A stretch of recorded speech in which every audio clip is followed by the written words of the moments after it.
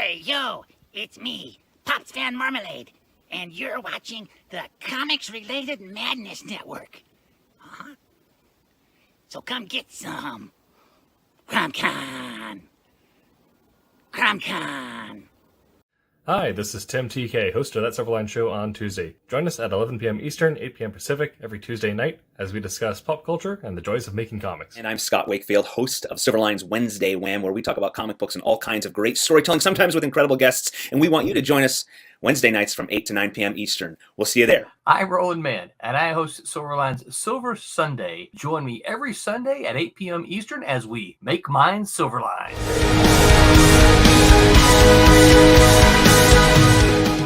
Okay, so Brett, our usual technician, is not here this week. He is actually competing in PUBG, and so he's on a different stream as they're trying to win some moolah playing PUBG. So we had to try to figure this out all on our own. I tried to use the stuff that Brett set me up with, but I couldn't figure it out. I couldn't get it to go live, so we came over here to StreamYard, which I had used before to do the one-on-ones, and that's what we're doing now. So we'll get this figured out. We're still here to talk to you, and that's really what matters, even if I have to fumble around a little bit in all of the technical stuff. So, and I had all these images ready to go, and I had these little things to pop up while we were saying hi. I even got some Man in the Mask to pop up for Mike, and so it is what it is. So this is Silver Sunday, and today we're going to be talking about juggling comics, work, family, and life. I am Roland. I am the chief wrangler of this bunch. And we'll go around and let everybody introduce themselves, tell you who they are before we kind of dive in. I think I saw the other day. I think I can actually rearrange you guys. So I'm going to try it. Oh, look at that. Oh, Kurtis. So, Kurtis, tell everybody who you are. I don't know. Hi. Just what the heck, I'll do it. Yeah, I'll do it. My name is Kurtis Fujita. I'm the creative director at Silverline. I also am the editor on the Kayla series, and I am an artist with experience in comic books, video games, and animation. So that's who I am. Excellent. And who did we lose? We just lost somebody. Looked like we did, but I'm trying to figure out who. Oh, Mike. I think Mike. Yeah. Mike. Okay. What'd you say to him? I just moved him. I moved him. I moved him to a different position. Right? I didn't realize he can't hear me yet. I didn't realize you kicked them all around would make him mad. Look at that. Look at that. He's trying to figure it out. Yeah, His stream is frozen. I was go ahead. So next up is Pete. Pete, tell everybody who you are. I'm just a penciler. I'm the just a penciler. On the book champion Miss Fury. Yeah, that's it. I'm just a penciler. That's all I do. Yeah. And you have a funny accent. Oh, and yes, I'm English. All right. Well, thanks, Pete. The page has been looking fantastic, by the way. Well, thanks. I wish I could show you what I'm working on now, but my phone won't let me. To StreamYard. Yeah. Without crashing. So. More technical difficulties here. So. Roberta, what about you? Tell people who you are. Hi, Roberta Conroy here, and I am the colorist on a classic series from way back, and it's looking amazing. It's called Pendulum, so you're going to be watching me color that today. Yes, we will. And one of the newer members of Silverline. Hi, everyone. That's right. Yeah, and also. As not just one of the newer members, but you are one of the other Malibu connections within Silverline. Correct. We have several Malibu connections, and so we're excited about that. Now we have two mics. Yeah. So, all right. So next up is Aaron. Aaron, tell people who you are. I'm the penciler on the Fire Rush series that we just It just finished kickstarting.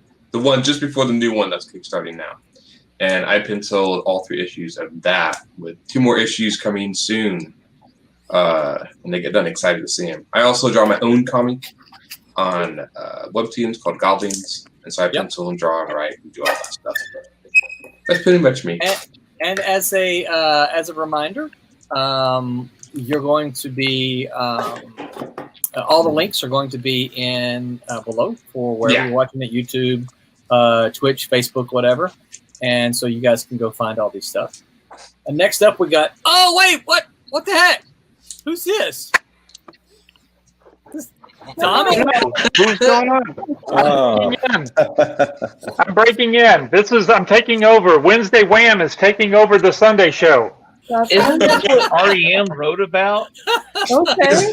It's the end of the world. This is Wednesday Sunday Wham show. So you guys need to. I thought it was because you missed me, I paid Brett some extra money to give me the passwords and stuff to come in on the show tonight. No, actually, I think it was last Wednesday. I had electrical problems from a Florida rainstorm. And my name is Thomas Flormonte. I am a comics creator. I've been doing comic stuff with Roland from the early 90s. Worked for a lot of stuff for Malibu. I've inked some stuff for Marvel.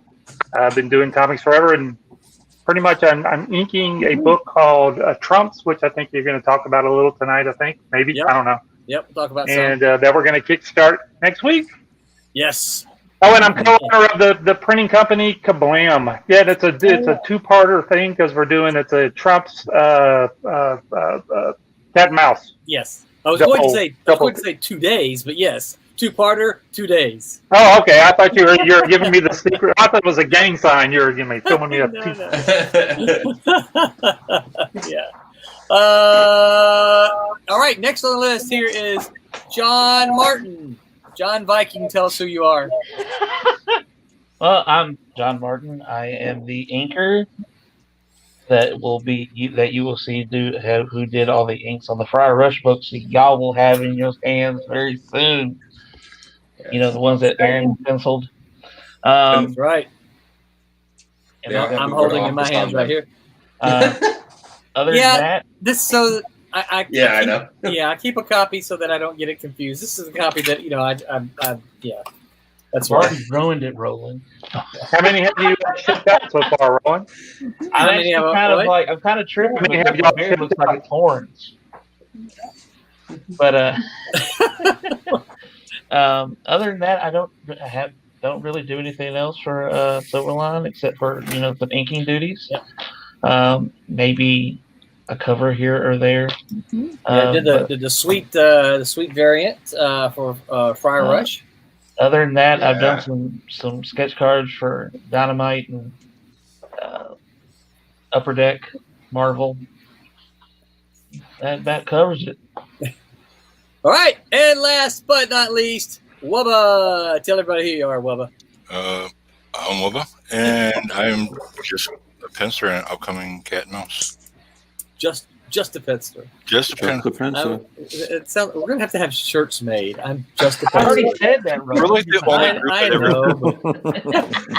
So let's see. We got several. Tommy's just a printer. Messages here. Carly Moore said, "Hi, U.S. Marines." Anybody in the Marines here? I guess maybe you may be hi from the U.S. Marines. Eric Dawson says, "What up, Silverline?" Oh, okay, Carly Moore. Never mind. What's up, Carly Moore? Cassisi says, "Hello, all. What's up, Cassisi?" Oh, hello. C. Michael says, "Hey, everyone. Love the song." I'm not sure what song he's talking about, but okay. And C. Michael says, "Tommy, he feels cheated on." Yeah, I saw that. No, I'm representing the Wednesday show on Sunday. Okay, as a way of updates here, I think I usually do this before. I got a bit flustered, didn't I? Because I couldn't get the tech to work. I usually do this before we do all the introductions. But as a bit of an update, Twilight Grim and Divinity, you're all done. You should all have your books. If you don't, send me a message, and we'll figure out what's going on with them. Bloodline and Friar Rush. Half of them went out Friday. The other half are going out tomorrow. They're sitting in there on my front porch, ready to go. And then Kalis, we've got about 6 books because we're still waiting on that artwork from Luis in Argentina, caught up in customs. So hopefully we'll just get that any moment now. Unfortunately, there's about 5 of you, but those 5 of you don't have your books yet. I have pitched some ideas at Brent to see what he wants to do about this. And so we'll try to figure something out. I haven't heard back from him yet. But before I move on, Mike is back with us. Mike. So, yeah, I had to restart my phone. That was weird. Time for one of those updates, right? I guess. I got a problem, just kind of, froze me up. But I'm here. Mike, tell everybody who you are. I'm a letterer for Kalis and Twilight Grim and Divinity. I'm also a graphic designer by day, and I create my own comic, Man in the Mask. Called Man in the Mask. Where we can see it where? At amkcomics.com. All right. And Mike also, by the way, you guys, Mike's the one who designed this really sweet trade dress right up here that I absolutely love. Every time I see it, I just go, man, that looks good. So I gave you the update on all the past Kickstarters. Now, Tuesday, you guys, we're launching another Kickstarter, Cat and Mouse 3 with Trump's Book 1. And I got to say, pretty jacked. Tommy, you jacked? Oh, yeah. I am ready. I'm tired. I've been up all day trying to finish up the last little bit of stuff that we needed ink so our Sid can finish color. That's right. Oh, excuse me. Yeah, and I've got 2 finished up a cover. I got another cover for our special guest that's going to be drawn for us, and which I thought we'd get today, but apparently not. I'll have to get on to him and see what's going on with that. I was told that he would send me something tonight. All right. And then I got 2 more actual pages to ink, and I am done with the inking, unless you got something else I need to do. Well, that's a loaded question. Yeah. He knows I've always got stuff for him to do. So really excited about this. Cat and Mouse is issue number 3. And for those of you who say, well, I don't have number 1 and 2, they'll be available. You can get them. Don't worry. It is for number 3, but if you didn't get 1 and 2, we're not just going to make you get number 3 and you can't get number 1 and 2. So they'll be available to you as well. And Trump's is, so that's a 22-pager. Trump's is 48 pages, so it's going to be the thickest thing that we've done as far as single thing. And so you're going to get both of those with this upcoming Kickstarter. We've got the exciting thing is we've just got we can't just kickstart one thing at a time, or we'd be trying to kickstart something every single month. So we're doing these double features, these twofers, so that we can get all the stuff out and into your hands. And so far, we're 7 for 7 as far as getting these things out on time. I keep getting these windows as everybody keeps getting disconnected. And we're 7 for 7 shipping these things out and on time. And I think that's an important message for us to get across. Is if you follow any of these Indiegogo projects, you know that there's a lot of folks there who are late, and some of them are really, really late. So I've still got stuff I've paid for a long time ago that I had. Yep. So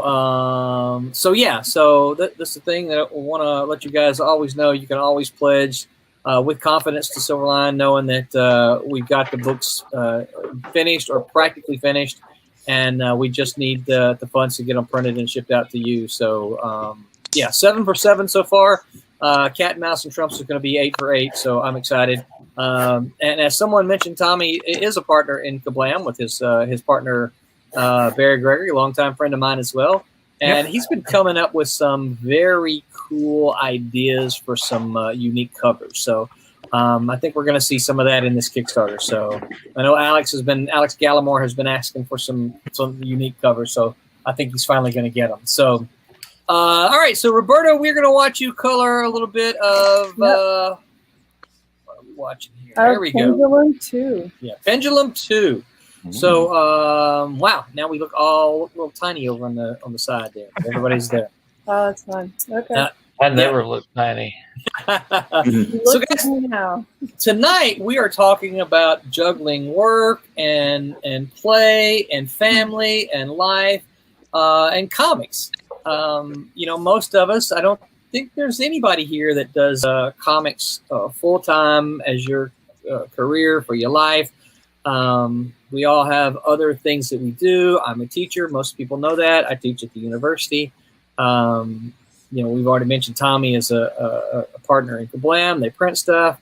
So we've all got things that we have to do in order to pay the bills, and these comics tend to be a love for most of us. I mean, that's kind of why we do them, right? So how do you balance that? How do you keep that balance so that you keep your family happy and you keep yourself happy, you keep your projects happy? Who wants to chime in first? Somebody jump in. I guess I'll start. Start, John. It's difficult. It's definitely something that's trial and error. Working a full-time job security-wise as a security guard at a postal facility, and then turning around and trying to make things happen on a dream, or more like a goal, really, that trying to make it work out. Yeah. And trying to keep time with family and all that stuff is definitely a chore. Sometimes I will say sometimes there's days where it's just like, all right, I'm taking the day off. I just can't do it. Yeah. It's just I just got to take the break because after 8-hour day, hour and 30 minutes worth of driving. That's round trip. Yeah, that's round trip. Okay. About 45 minutes there, 45 minutes Okay, back. gotcha. Still hour and a half. Yeah. Or something like that. Yeah, it's just one of those things where you gotta find the happy medium. I think one of the ways I keep from going crazy is to every blue moon to kick up and just say, all right, I'm gonna smash some things on God of War, or draw something that I just want to draw for myself. Yeah. Yeah. Yeah, I don't know how you have another job and do comics, because comics takes up so much time that having to juggle another job as well. I've tried to find part-time work. I mean, Mark, it's not great trying to find work at the moment, so yeah, I've had that, I guess, benefit that I just sit and draw all day. But I don't know if I got a job, how I'd squeeze in the time to. I don't think you can have a full-time job and do comics. I think you'd break yourself trying to do both. I've had a full-time job when I was working in the city doing finance, and you'd get home at 7 o'clock, 8 o'clock in the evening, and you're like, well, the thought of then sitting down even for an hour to draw something, you're exhausted. So full credit to anyone that does do it. I used to do that. I worked in a studio in Portland full time, being an in-house artist. So I draw all day and I'd come home, but I'd at least try to do an hour. Actually, I made a children's book and 2 of my comic books by working there. I worked there for 6 years, so put that in context. So 1 kid's book, 2 comics. So it's very slow. But yeah, it's doable, but it's not something you'd want to do. I mean, it's like, in other words, it's like, you want to be able to get your stuff done, because that's why when you look at certain projects, like, oh, this is a great story. This story is going to take me forever if I'm working full time.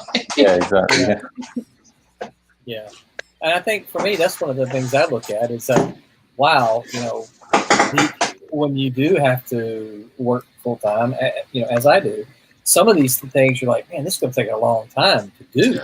It's like, because I can't spend, all the hours during the week. Now, I will say this: I do my very best to utilize the weekends as well, and I don't get the amount of sleep that I should get. I think that's for me. That's what gets sacrificed for me is sleep. Yeah. Yeah, I ended up working. I work freelancer projects come in, but then I have some family members who have actually become my patrons in a way.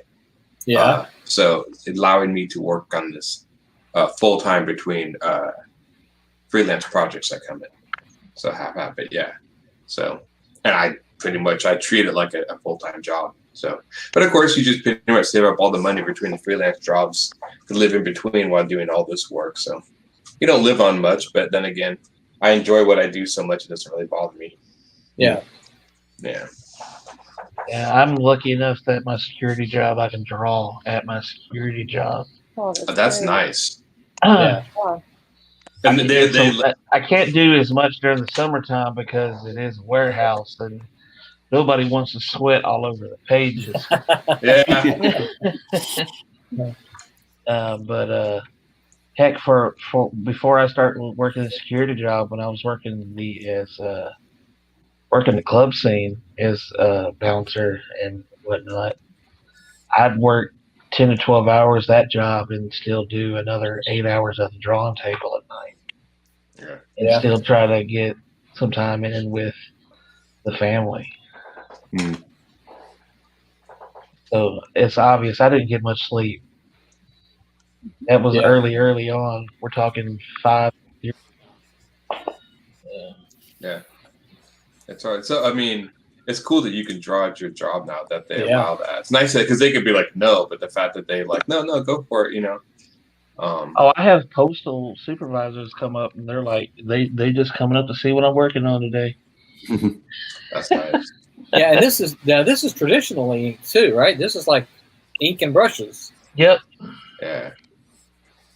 Or a Tombow brush because I can get some pretty good lines out of it.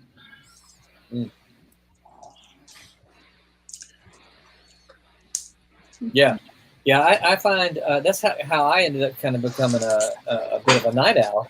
Was that I would work my full-time job, and then I'd come home and I'd spend time with the family, and then I'd usher the family off into bed, and then I would have another 4 hours that I could work at night. What bothered me as my kids got older, they began to stay up later, and my wife, who was generally going to bed at 10 o'clock, she started staying up later. And so I'm like, y'all need to go to bed. Yeah. I need to get work done. Y'all stop staying up so late. Go to bed, And so the later they stayed up, the more they would cut into, kind of my time because it was family time. Yeah, I'm the same way. Usually I work very late at night because it's quiet and stuff, which sometimes is not always conducive to like, hang out with friends. Like, what time do you want to get together? Like, we can get together on 10 or 11. I'm like, how about like noon or 1? Because you sound lazy, but it's like I was working all night, and so I can't, and I'm like noon or 1, and I'm like, I know, but it's better because during the day, there's always stuff coming up and doing stuff, so it's always easier for me to work at night when it's quiet. So I will say that it's a lot easier to do when you have a support system. Yes. I can consider myself incredibly lucky for that. Yeah, me too. Yeah. That's my situation right now. Yeah, and I don't know most of your situations. I know some of them, but I just know I have, like John, I have an incredibly good support system. I don't know how tough it would be if I didn't have that. If I'm trying to do this thing that I love, and I'm constantly by the other things that I love told, stop that, don't do that, whatever. Yeah. I think that'd be tough. Yeah, I'm lucky. I have a support system. So like my wife's super understanding because I not only have a day job, I run my own business where I'm the sole employee. Yeah. And I'm trying to work on a comic book project at the same time. So it's like, you know, I'm very fortunate, but I try and squeeze in work whenever I can. And thank goodness for, you know, iPads and stuff like that. Like I can ink in my bed. You know, we say goodnight and I can be inking in the bed at like 2 a.m. You know, where I couldn't really do that with a brush and actually. So yeah. Mm-hmm. But the digital stuff I love. I just love the fact that I can be like waiting to go to my day job in the parking lot and draw a little bit before I go into the day job and come back out and do some more on the coffee break. Yeah. You can't really draw while you teach karate, can you? No. Sweeping brush kick. Exactly. Yeah. It's funny. We talk about balance. It's like I used to think of balance as like a destination. Like you figure it all out and then you're there and you're just balanced. You maintain that. But it's just this constant process of trying to balance your life, your work, and all that. There's no destination, you know. And it was kind of funny. I mentioned before one time I worked on a film project and I was working with that actress Michelle Rodriguez, and she's an interesting person. And one of the things that she said about balance is it's like the heartbeat monitor at the hospital where it goes up and down, and you catch balance in between the two extremes. You know? If you ever actually reach full balance, that's a flat line. That's good. Yeah, so it's kind of like, you know, you gotta, if you view it that way, then it's not as frustrating when you're trying to figure this stuff out. But it's not easy. Yeah. No, it's not easy. Yeah. So I mean, do you when you teach your school, do you only teach it on certain days, or do you have classes every night? It used to be 5 days. It used to be 6 days a week. Okay. With the full-time day job, and before that, when I first started, I had 6 part-time jobs and teaching. So that was really rough, you know. Wow. But but these days with the whole pandemic situation, I have a lot more time on my hands. So the comic book's moving along much better right now. Yeah. So do you work full time and teach your school, or do you have like a part time job and then teach your school or run your school? I work. I have my full time job, and then I teach in the evening.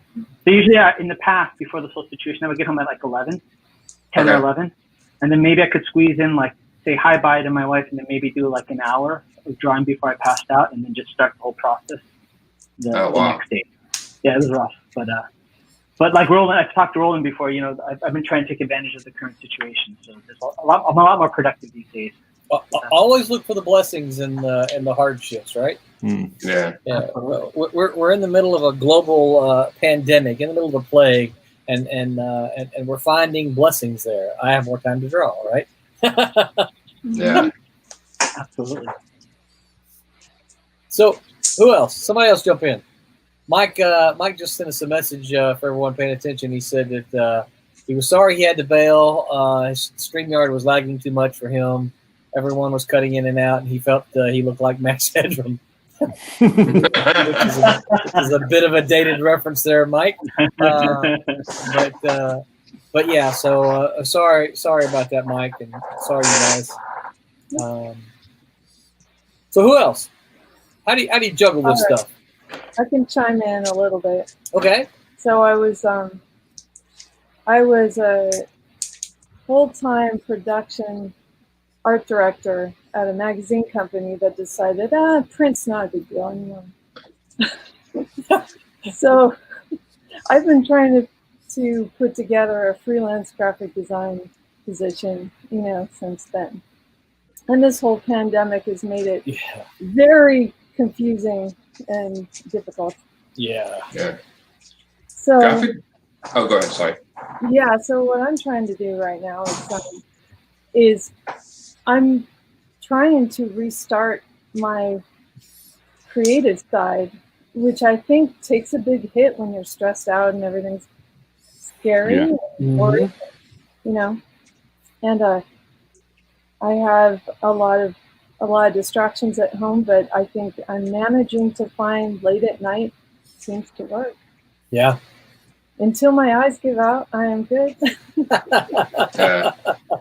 But it's so peaceful, it just resets me, to do this work. It's been really great. So like everything else has, some sort of anxiety to it on some level.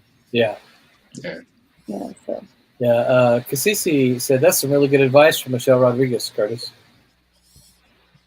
Yeah, it's you're talking about somebody who, at least when I knew her, lived her life in very far extremes, Uh-huh. So, you kind of, but I always approach everything from that Zen martial arts background. So when you have somebody with that kind of high octane lifestyle, they have their own set of wisdom, So yeah. you can take that. Yeah. And graphic design, sorry, I mean, when I look, for some odd reason, I guess I never clicked I do motion graphics, basically animated graphic design. But straight up graphic design, especially around my area, there's so many of them. This competition is so fierce in that field. Yeah. I always heard like that. You just kind of find that one company keeps coming back to you, and I have one company keeps coming back to me, and that's like, it's funny because I've talked to many people who are freelance. Like, well, do you get various jobs? It's like, no, we have one that's like my go-to that always comes to me, and then you get little side ones on the side. And that's usually how that always works out. Yeah. Mm-hmm.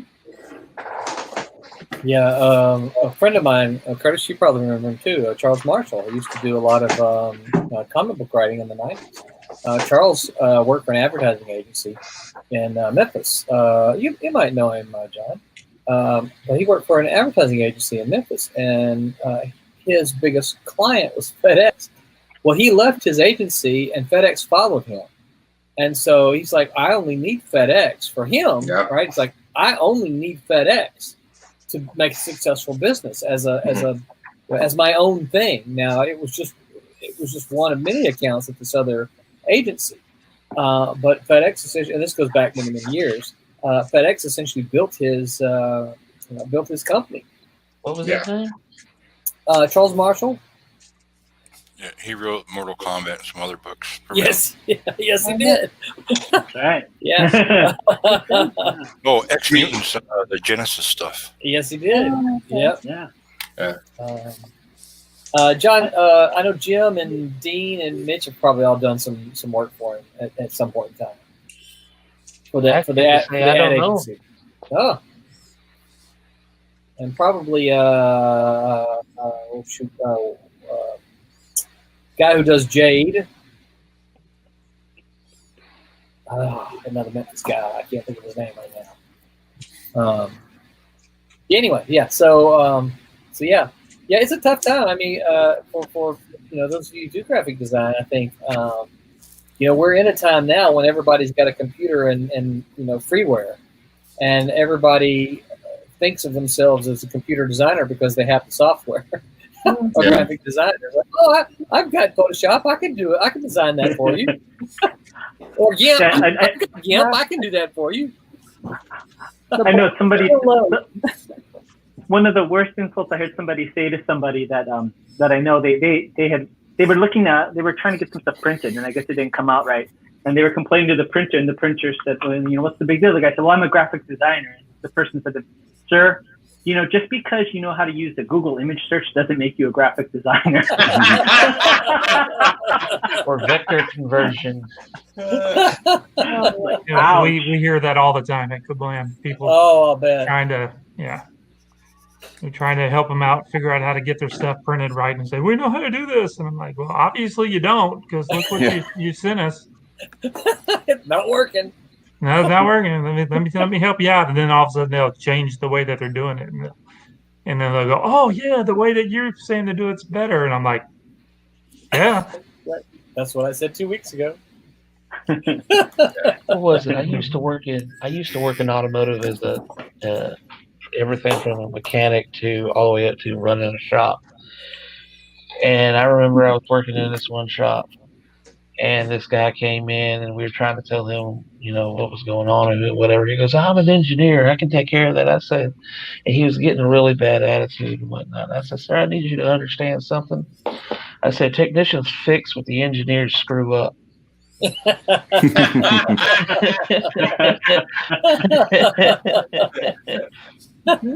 How did he respond to that? He didn't. He didn't. Okay. He just like, kinda, okay, I stunned him, and I was just kind of like, his wife behind him was laughing. So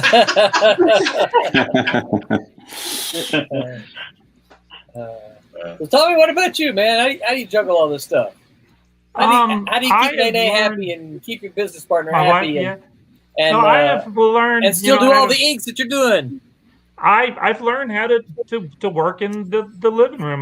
When I first started, 30 and some odd years ago, I had a little, I set up a little, your drafting table in your spare bedroom or whatever, and did all the stuff in there. And eventually I moved into a studio. But the stuff I do at the house, I learned really quick not to. Now this just works for me. I'm not saying it works for everybody. Even with the inks, with all of the, all of the brushes and the quills and all the actual ink and all that kind of stuff. I learned how to do it just sitting in front of the TV, watching TV with my wife. I can watch TV and do comic book stuff. Now art stuff. Now I can't write or anything like that in front of the TV.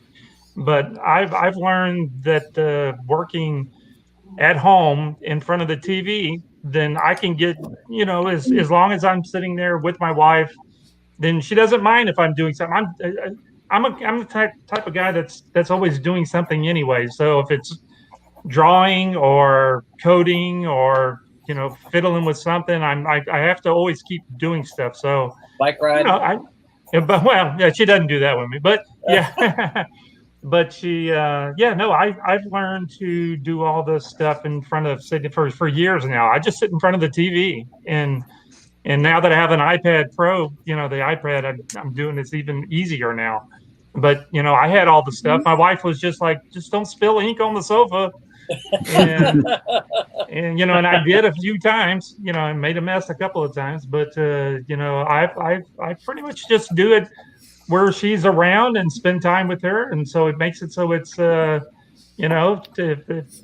if she asks me a question, I'm listening. I can watch TV. I'm watching the shows. I'm paying attention. I'm there. So that's how I do it. I'm just there.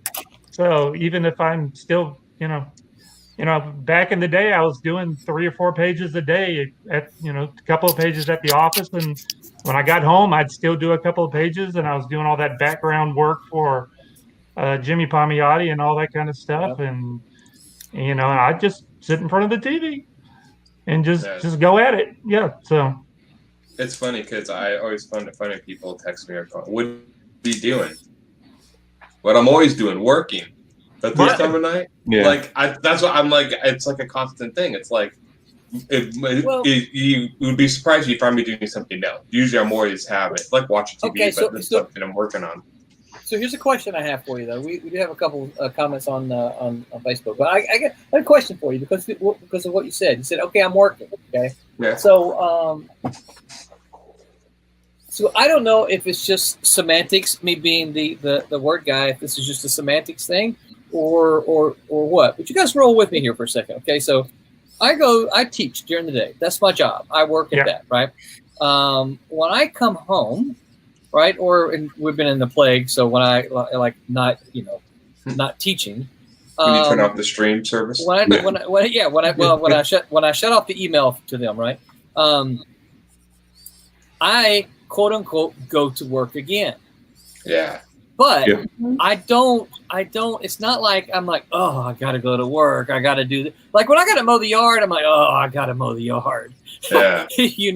But you look forward to this work. Yes. Well, so this is something I very much. Yes, it's fun.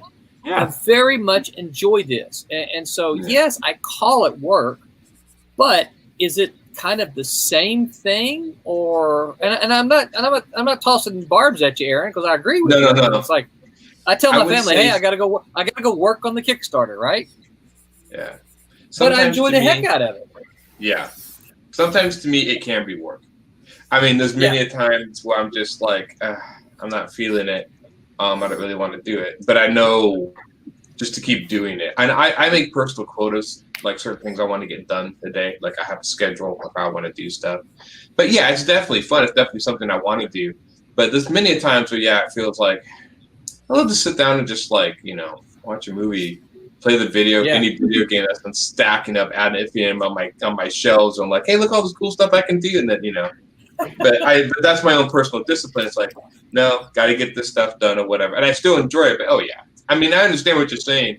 I mean, it's the same when people ask me when I worked at the art studio as like the art, well, you get to do what you love. And I'm like, yeah, but that was work. Because even though I was using my art talent to make stuff, it wasn't my stuff. Right. It was other people's stuff. And so that sometimes can translate directly to work. I had a lot of fun at that studio doing a lot of stuff. But, when I'm doing videos on hardware emulation, I'm trying to figure out what he's talking about. That's work. So, yeah. Well, I want to say I want to address a couple of the comments because I had it pulled up where I could see it too.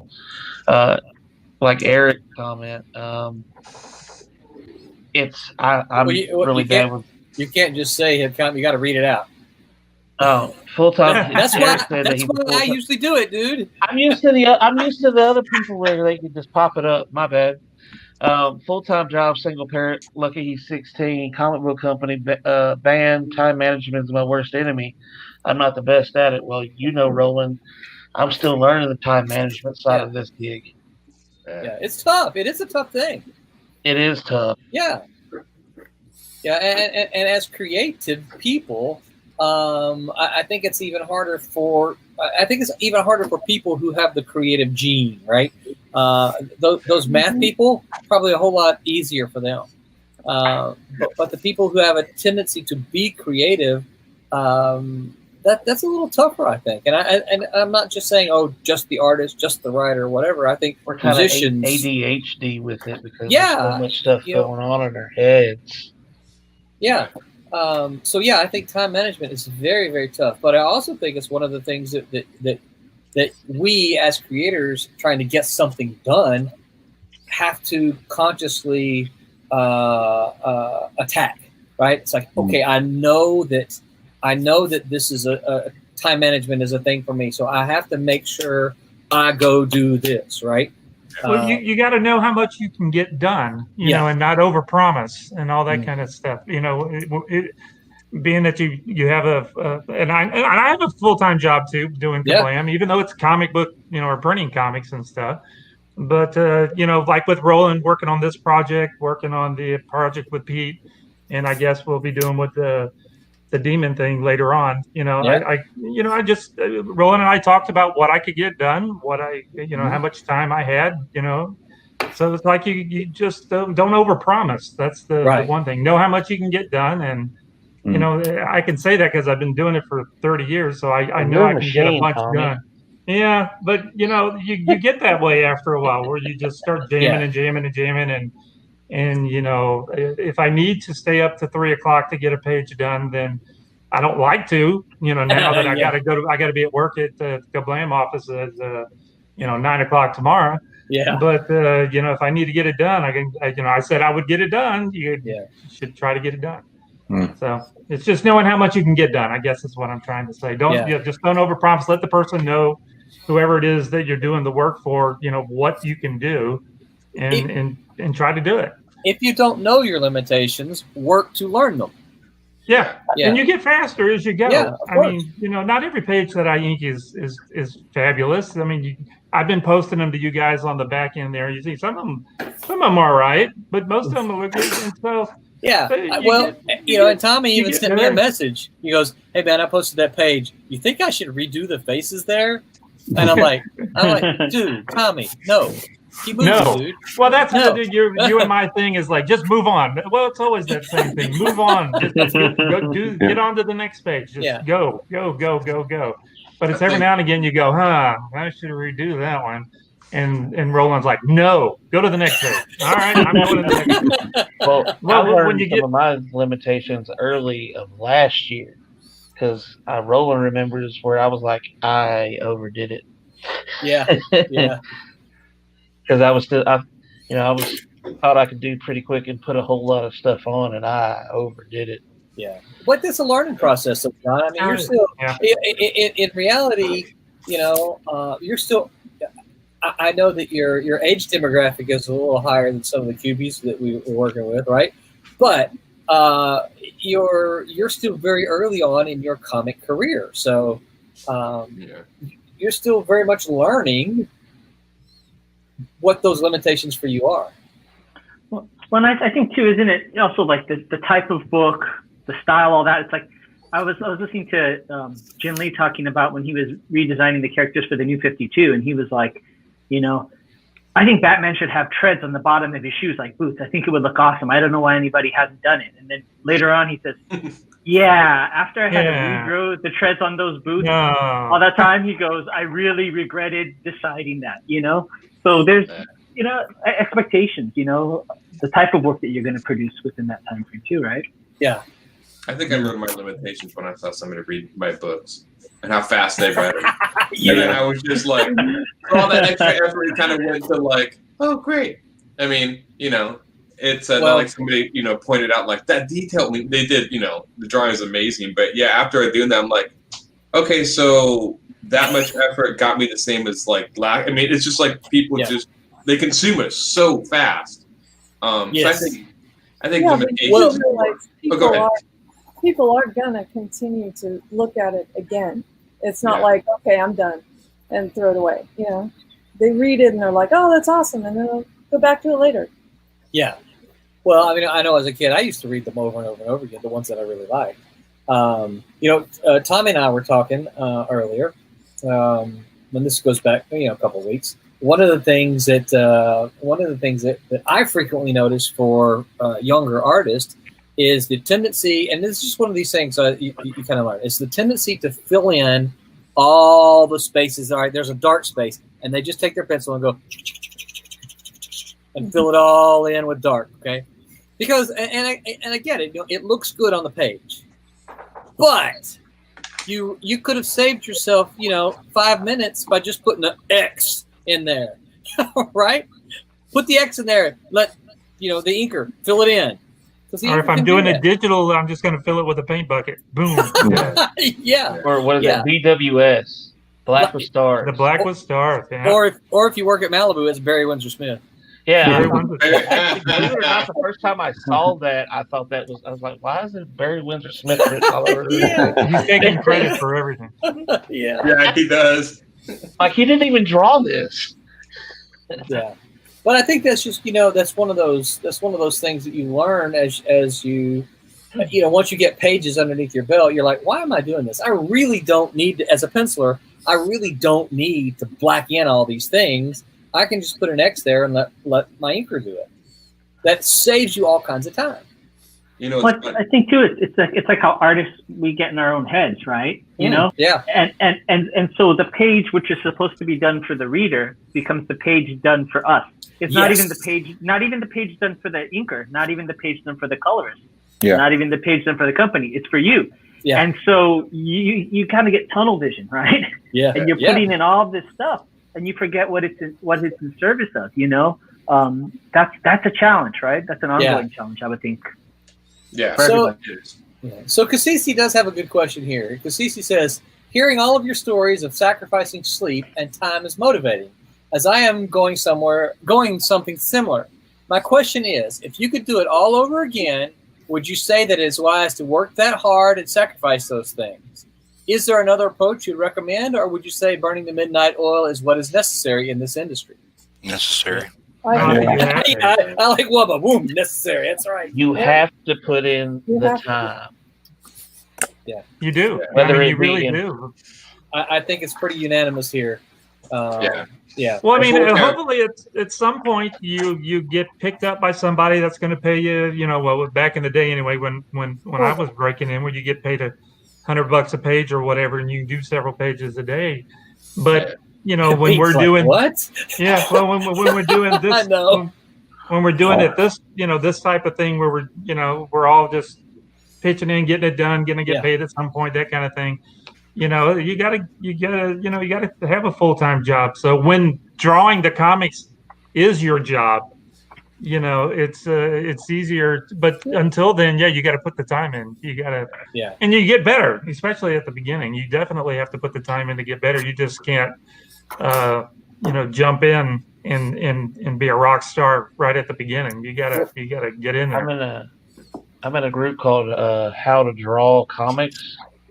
I can't remember who owns that thing, but every day there's a new post. How do I get better?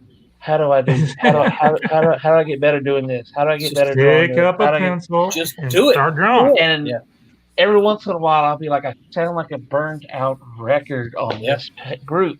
Practice. All you get. There is no special formula. There is no magic. No. You got to go sit at the table for freaking 2 to 5 hours or more a day and put the work in. You should one time post like a pentagram or a spell. Okay, in order to summon the devil, you need a line. It's like, wait, what?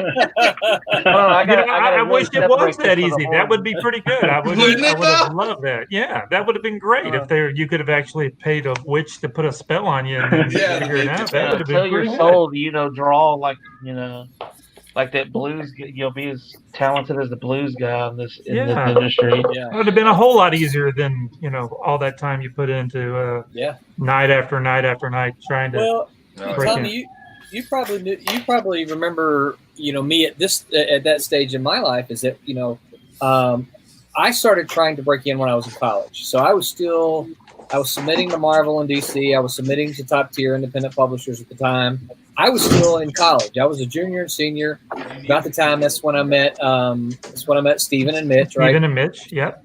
And after I graduated college, I took a 40-hour a week job. I was working in retail. I worked 40 hours.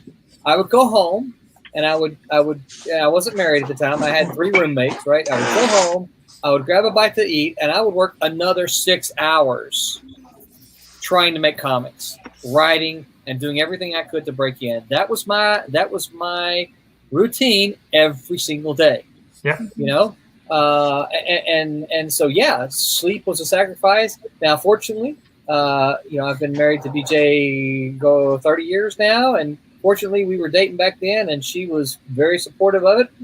We had to make sure that we had a date night once a week, but she didn't. She was in school, so she didn't require every single waking minute from me. She was like, "Yeah, I know you need to go do this thing. Focus on that. I'm going to study." And it goes back to kind of what John was saying earlier. A strong support system, and and you guys don't have to. If you disagree, you don't have to let me know. You can let me live in my little dream world. I disagree. This is kind of the way I see Silverline as well. I see us as an extended family that we're here to support each other. I like one of the things that Kurtis said. What rising tide lifts all boats. I love that. I totally feel that way, and I think a big part about putting in the time is it's not like I think people get lost in the thing of pay your dues, right? It's like, I had a hard time, so you have to have a hard time. That's not what it is, right? No. You put in the time to find your voice, and that's how you do things, how you process and do things. It's kind of like if you're familiar with it's kind of interesting, like the King Arthur legend, right? If you go back to if I understand correctly, the very original text, there's this one passage that's completely different. It completely is lost nowadays. They don't talk about it, but it has everything to do with what we're talking about, which is when the Holy Grail appears, the knights, when they leave in search of the Holy Grail, they all go outside the castle and they walk into the forest. They don't go down a pathway or out the gate, and they all walk into different areas of the forest. And that's the idea that they're forging their own path. If they go down a road, that's somebody else's path, right? And for anybody coming into prominence in anything, I can't tell you how you're going to do it. Roland can't tell you. None of us can tell you how you're going to do that, because then you would be following our journey, our way of getting there, right? Yeah. So you have to put in that time to figure out what is that path for you, and that's what it is. It's not just, I had a hard time, so you have to have a hard time. I know. It sounds like that. But that's not what it is. You also got to get good. Yeah, you got to get good. Somebody's good if you want to get paid to do this. If that's where your goal is, you got to put in all that time just to start getting better at doing the job. Yeah. Very few people are very few creatives, whether you're a writer, penciler, inker, whatever colors. Very few people, their first dozen pages, their first 50 pages are really that good. I mean, you've got to get the bad pages out of your system before you can get to the good pages. And the problem is, so many want to go right to the good pages. Like, well, have you done your 50 pages yet? Well, no, I've only like 3 pages. And I'm just using it as an example. It's like, well, okay, well, once you've inked 50, come back and talk to me, or penciled, right, or colored, or whatever. I will give some advice on how to get better. I used to tutor at the Art Institute for like a semester to like fine art, basic drawing, figure drawing stuff. And a lot of people do, again, practice or whatever. It was the one that always did. And they always wanted to like, what's the trick? What's the trick to get better? And it's like, I didn't have a trick. You just got to work at it. But there was one trick that I worked at that I do recommend to some artists is draw outside your comfort zone. In other words, I can't draw cars. Go draw cars. I can't draw heads. Go draw heads. In other words, continuously draw the stuff you think you can't draw, because once you start drawing that stuff, everything else becomes cake. So go draw all the stuff you can't. Exactly. I didn't like to draw backgrounds. You're going to have to do it. Yeah. That's right. Yeah. Yeah. See, Michael says he's guilty for filling in all those spots. He says, I have to force myself to use the X for black spots. And then he said, but you have to practice the right things, because practicing bad habits only makes forgetting them later harder. Yeah. But that's the reason why critiques and advice early in your journey is so important. Yeah.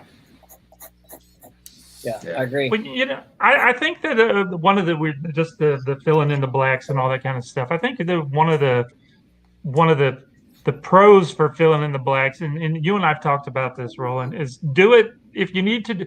Now that we're doing this digitally, or you're sending the pages, you're just scanning the penciler, scanning them, sending them to the inker, and if he's inking them on Blue Line, or he's printing them out himself, or doing it on an iPad, the penciler ends up keeping, the pages. Back in the day, of course, we sent the pages out to everybody. Like I would get 24 printed, drawn pages, and I would ink on the pages.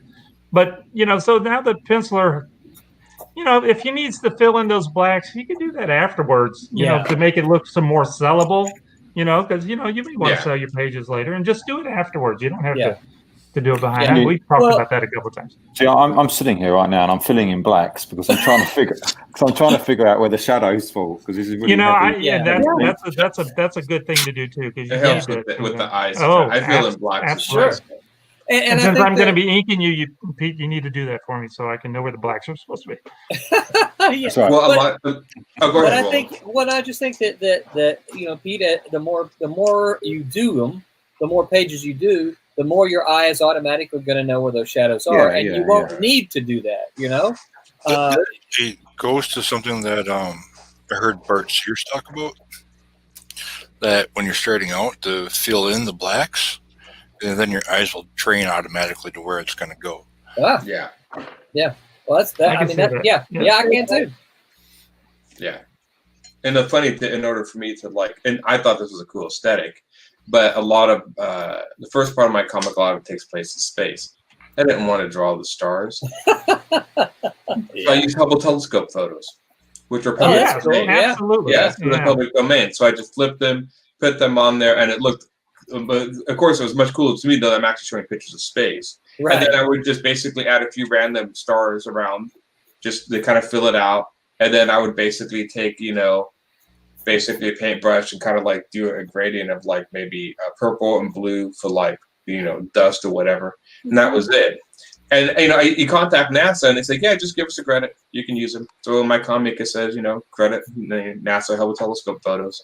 Oh, that's cool. But all of them public domain. And sometimes you can do that. You can just, you have technology. That's why I started realizing, because I've been making comics so traditionally, then you would think I could do anything with this program. Maybe I should figure out to start cutting corners. How do I cut corners with this? That's why I stopped inking my comic in this. I'm I'm going to just do pencils and not ink. Yeah. That's a corner cut. And so, that's what I started doing. And it's sped me up. Now, this is the only book I'm not, I'm not inking this one for the look of it, but my next comics I want to go back to inking my stuff, or have other people ink if anybody else wants to ink my stuff. My personal stuff, no, but I'm excited if I do stuff for Silverline, see somebody else ink my stuff. I don't have most people ink my stuff, so it'd be exciting for me to see people work on my stuff. Yeah. I'd be all for it. So Cassisi says, that's where I am. He says he's got another job and school. He says it's doable barely. I just wanted to know if you learned of ways to jumpstart progress. But I take it to heart. Just push and keep working until you catch a break. Yeah, and that's pretty much it. And the other thing is, Cassisi, you kind of do it. I know we're in the middle of the plague, so you can't really get out and about. But it's going to do what you're doing now. It's network. I know you heard me say it in the class, but people want to work with people they know, and so when you've got something going on, Cassisi, you too, you're going to want to say, oh, I know this person, they were a classmate of mine or whatever. I like them. I like what they did. I want to work with them. That's how I got most of my work. Exactly through that way. Yeah. Make sure you're going to conventions. I know they're not always convenient to go to. And I'm not saying you got to go to the San Diego Comic Cons, but go to conventions where that you're going to meet independent comic creators and artists, and introduce yourself, get to know them. If you've got, Cassisi, I know you've got a book printed. I think you told me Kablam printed it. Take you 20 copies of your book and just say, hey, I'm just, I'm new to the industry. Here's a copy of my book. I hope you enjoy it, and chit chat, and you just be friendly. And you're building your network, and that's really what what it's all about. I mean, heck, Wubba, do you mind if I tell your story? Go for it. I mean, so Wubba was I guess you were on pretty much from day one, weren't you? When we started streaming, yeah. Wubba was much like you, because Wubba was just always making comments on our streams, and somehow I don't know if it was Tommy or something, but somehow a ferret got mentioned, and Wubba was like, oh, I love the ferret, and I did. So he did like 3-4 pages of the ferret from the first issue, and I'm like, wow, this looks really good. I'm like, hey, dude, because I knew he had been, he'd been on our stream. So I was like, hey, why don't you do this? I can't remember the first thing, what it was. I said, hey, what do you think about doing this? Long story short, that's how ultimately Wubba ended up, penciling the next Cat and Mouse series. So, yeah. It helps. I mean, that's the thing I've started, besides working and making my comic, networking skills is the other half of the coin, because that goes into media, marketing, all that stuff's all tied up. And being a nice person, and of course, like you said, giving your book out or whatever. Chances are a lot of artists won't read it; they'll toss it aside. But give it out anyways, because there might be that one guy that might be at home bored one night and be like, "Oh, yeah, it's that comic that guy gave. Maybe I'll check it out." You never know. Listen, I it's not unusual. As you might imagine, and mostly, I will say this, mostly, because of my editorial days, right? But it's not unusual. I come home from a convention with 5 or 6 comics. I usually stick them in my box with the stuff that I got to empty out. I'll get in here, and that is what I will do at either that night or the next day. I'll just sit down and I'll flip through the comics. Sometimes I read them, but I flip through every single comic that I get, and I look at it, And if I'll often look for them on social media if we're not. A lot of times we're already connected. But if I'm like, oh, this looks pretty interesting, let me look for the person on social media. When I say that, I mean using Facebook, right? So that if we're not connected, we can we can make that connection. But yeah, the social networking, and Roberta can chime in here, right? That's not always, talking to people is not always the easiest thing to do, is it? It's not an easy thing to make yourself, just out of the blue. Oh, I haven't talked to you in like how many years? I don't know. Say hi. Right. It's really hard to do, but I've had the best experience every time I've done that. Yeah. Because I'm excited about the things they're working on, and I really remember how much I respected what they do, and it's just, I don't know, a lot of really positive things. Yeah. By the way, I probably forgot to make introductions when Tommy burst into the room. Tommy, I don't think you met most of the people here, have you? Tommy, Pete is right above you on the list there. We've talked. Oh, you have talked, Mr. Anthony? Pete? Yep. Okay. A little bit. I mean, we've chatted a lot. Yep. Yeah, well, I don't count, text chatting as chatting. Oh, come on. It's And That's how the kids do it, Roland. Yeah. It's the kids. Oh, come on. How old are you, Mr. Roland? And Tanya Roberta, I don't know if you heard at the beginning, she's a former Malibu Colors. She probably colored a bunch of pages that you inked. I was trying to think. In fact, I'm sure Did you color any of the Nightman stuff? Or Yes. Okay. Yes. And we probably have worked together. Yep. If I can ever get a chance to go look up some of those books, I still have some copies. I've got PDFs. Remind me to send them to you. I am who colored the I'm 99% thing that Pete certain. and I? Who colored the thing Pete and I did? Roberta did. Oh, that was yeah. me. That was beautiful. Very good. You like it? Can you show it? No, you don't know how to show anything. on Yes, this no, program. I can. Ho, ho, ho. You can show it. Y'all keep talking, and I'll figure it out. Though I know I can. Look right in there. Well, how y'all doing? Good to talk to y'all. What's going on? How's your mom and them? How's the weather? Yeah, well, the The weather's weather's better. a little smoky out here. It's just pretty bad in smidge. California. Yeah. Okay, I shouldn't have brought that up. Let's see. No, Sorry. Well, I will say that I've been actually We just lucky having because rainstorms. where like Woba came in through social media, and of course Roberta got it was like, hey, there you go. you want to color again over social media? Yeah, She's had this thing. exactly. I haven't really been able to get anything out of social media really for some reason, but when I meet people, I can actually get somewhere. I guess I'm just old like that. It's the same here. I have that. It's hard to get connection stuff on social media, but if I meet people at conventions and stuff, that's where my connections come from. I keep going to social media just because something's better than nothing, but it's the conventions and I go to meetups and other. That's where those connections come from.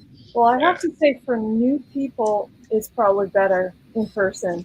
But for at least, it depends on what your comfort zone is. I'm happy to talk to people I already know.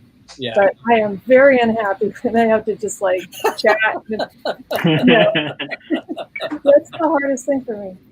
So is this the piece you were talking about? Yes, that's that thing's Great. awesome. It is absolutely gorgeous. What do you think, Pete? Does that look good? Yeah, I love it. I think it's cool. Yeah, it turned out great. Oh, it's great. I can't wait for people Looks get even there. better with the logo on it and everything. Yeah, it looks awesome. Colors work nice. That's just where I'm lucky where I was able to actually know Mitch, Dean, and Jim. Because they made the introductions to me and you. Yeah. Right? This goes back to the networking, right? I dare say if you didn't know those guys, I'm not sure you and I would have you hooked up with a project. Probably not. Yeah. And me and Roland are still trying to figure out when we first met. It's been a while, and even I'm trying to think like, I don't know, where did we meet? But apparently I know him now. So not sure how that happened. Well, and talking about networking, even though the Friar Rush stuff for you, Aaron, is done, I think by you being on the stream, and please don't let me put words in your mouth, but this, I think this is something you said in one of the streams before, is like, you being on the stream here, you're like, once I'm done with Godlings, I want to participate in something else again. Yes. Yeah. And that is my plan. Yeah, and it is my plan to make that happen.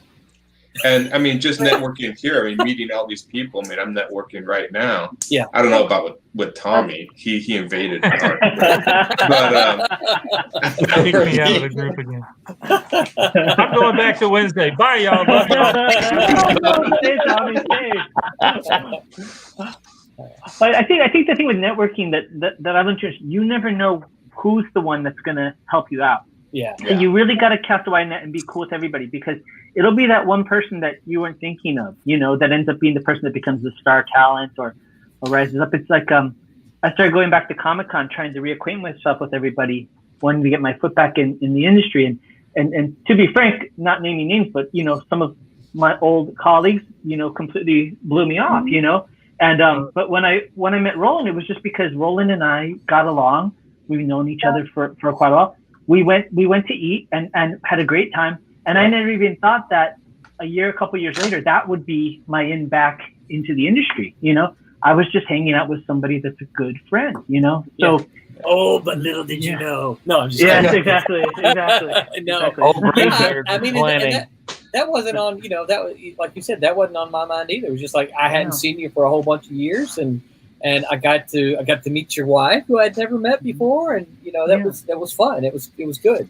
Well, I think Aaron said it a while ago. It's being nice. You want to work with people that are fun to hang out with and work with. I mean, it just makes it so much more pleasurable when you're working with somebody that you care about and like.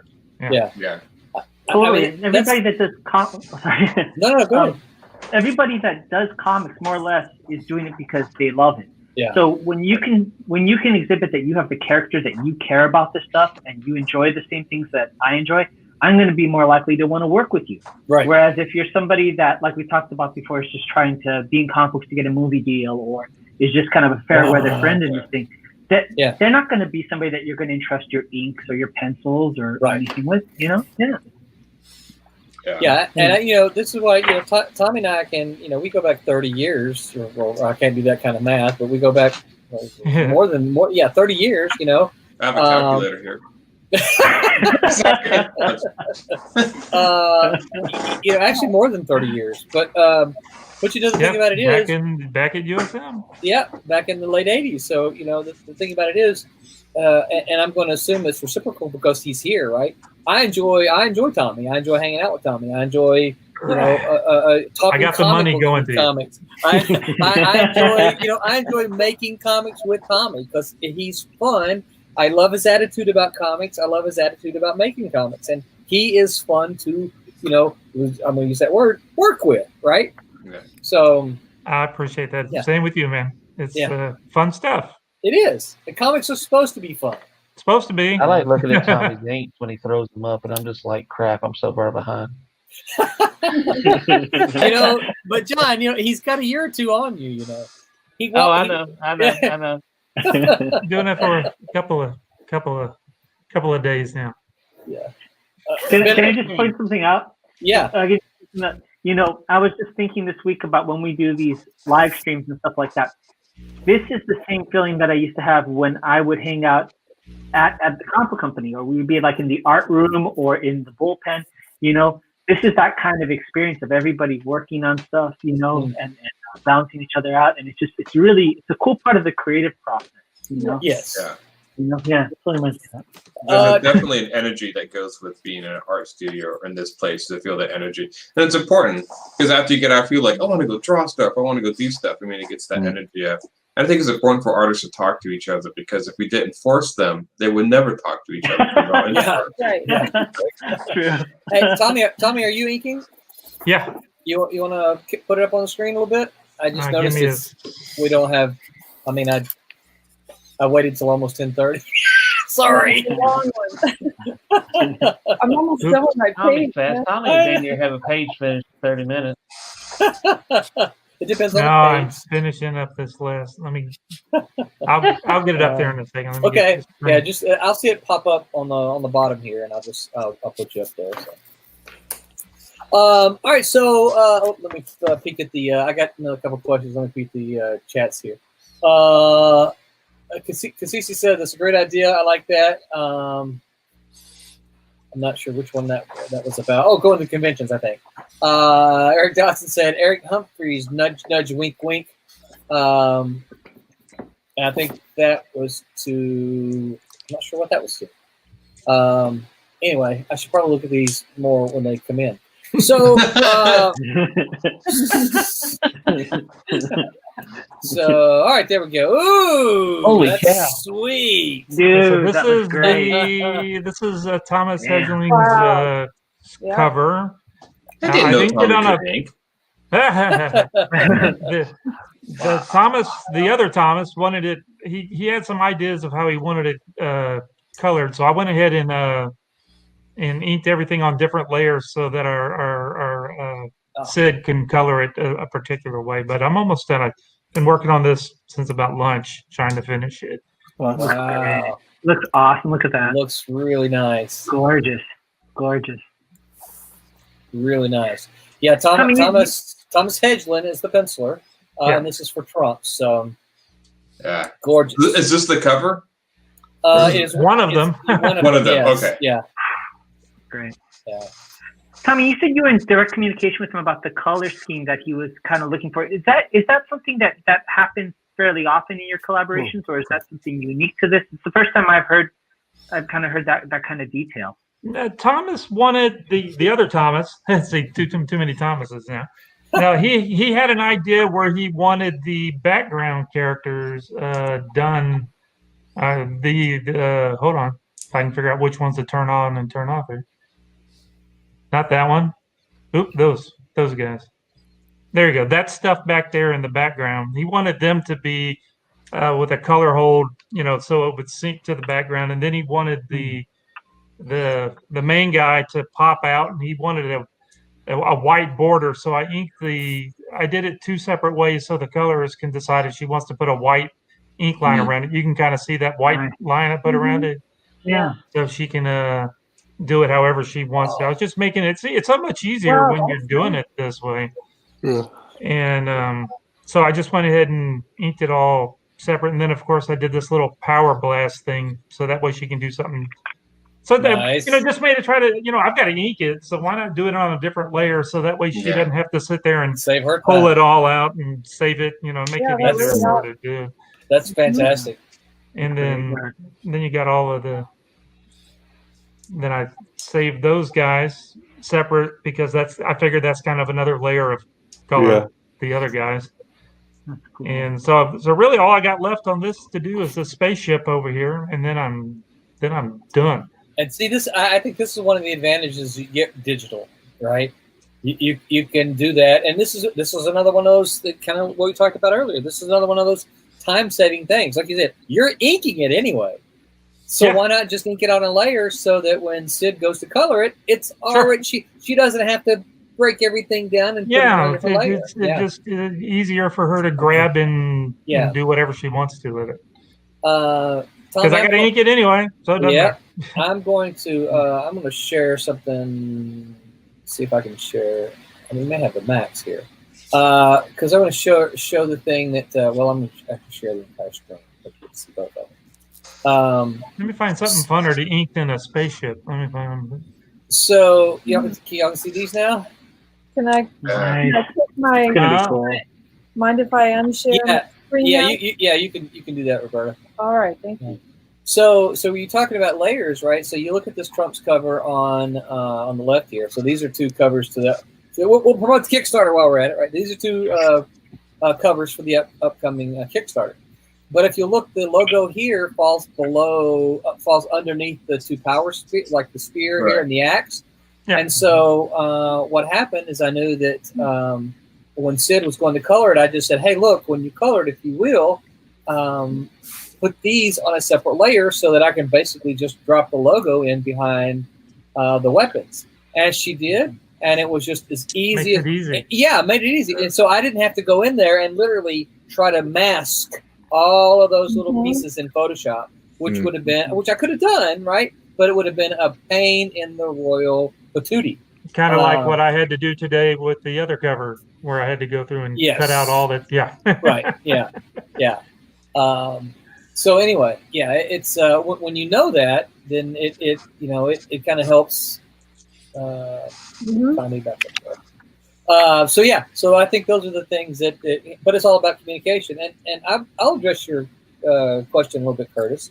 I think the answer to that is sometimes yes and sometimes no. Sometimes. I'm sorry, did I not answer the question? I apologize. A little bit. Yeah, you did. But I think sometimes some pencilers they'll pencil 50 pages and they're like, oh, on this page is what I want, so they'll make a little note, right? And then that has to be carried over to the inker, then to the colorist, right? So sometimes it absolutely does happen. I remember back at Malibu, Curtis, it wasn't unusual to have the inker request color holds for the power. I did it all the time. Yeah. Y'all didn't usually do it, but I tried to put notes in and stuff. Well, some of that had okay. So it's a timeline. It is. It's a time. Some of it, Tommy, had to do with we don't have time to do all of this, right? But now because it's all digital, it makes it far easier, right? I remember those acetate layers they used to put over the ink. Tommy did that. You line it up. Yeah.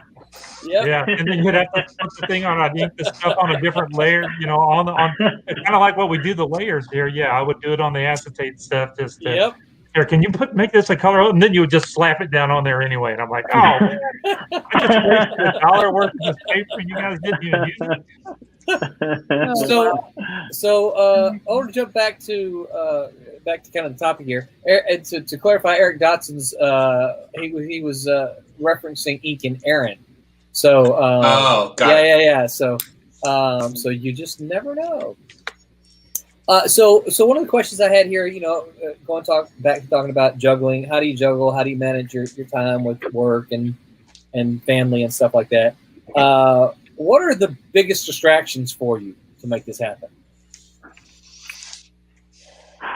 Name them. So many. Wow, what are Curtis, I the thought biggest distraction. I thought you said you had it perfected and you were just gonna skip this. Hell no. Did I read that wrong? No, just kidding. Oh no.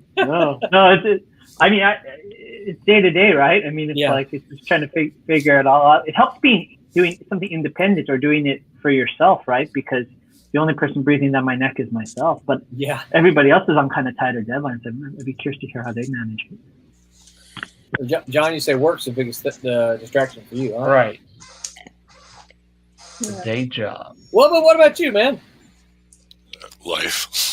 Life is a distraction.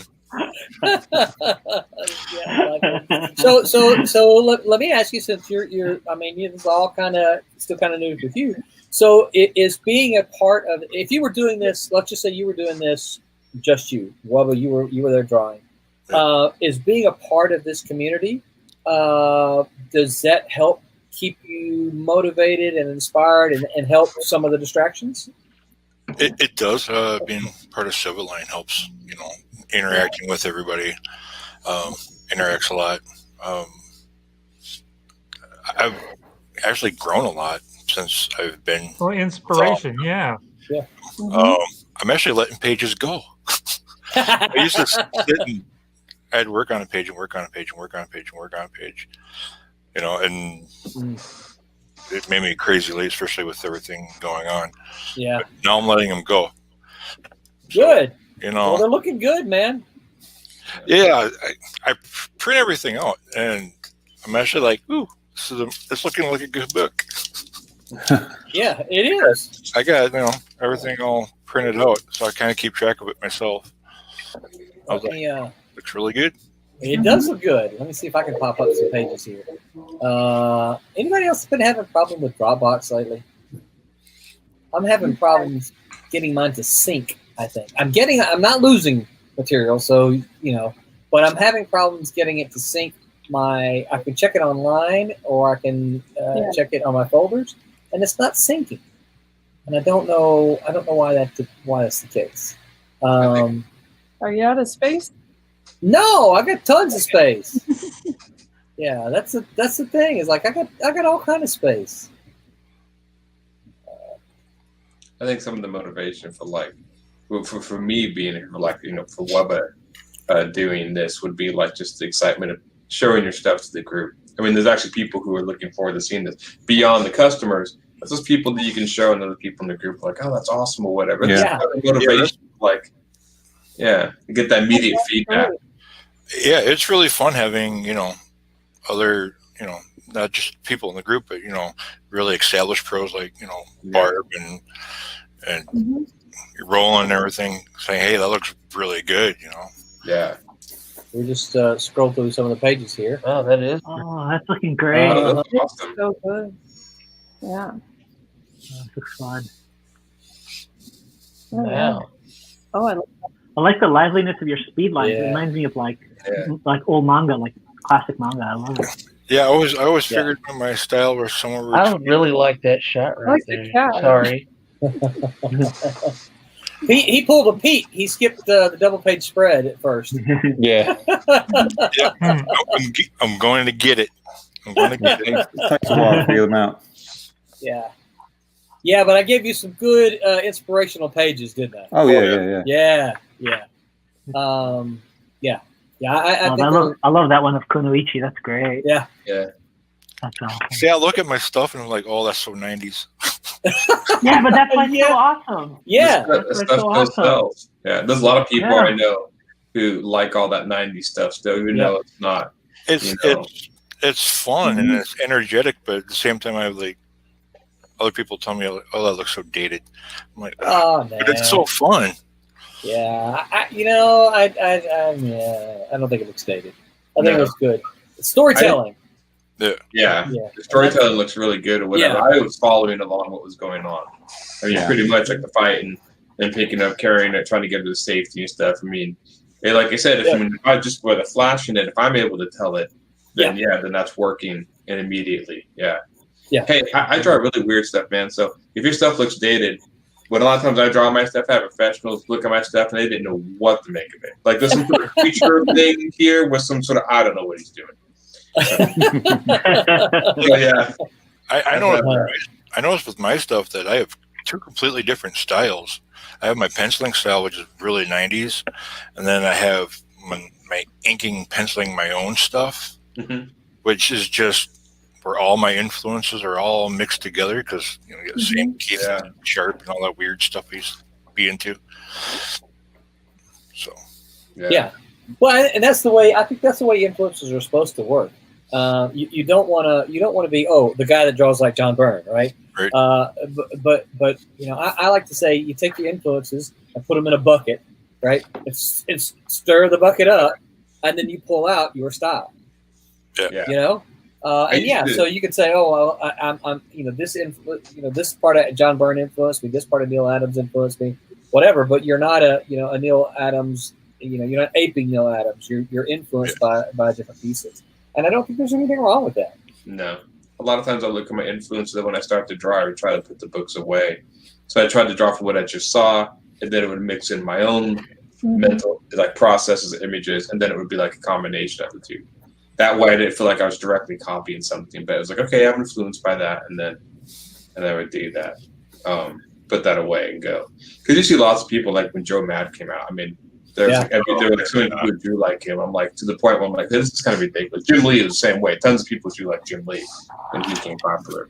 But I grown so hard during those 2 time periods with the Mad and with Jim Lee. Yeah. I think that's what actually pushed me towards like Jay Lee and Sam Keith and stuff because they were different. They're the ones that weren't doing Jim Lee. Yeah.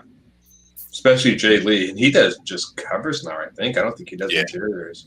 Yeah. I think the last interiors he did was like Batman, Superman. Was it really? Yeah.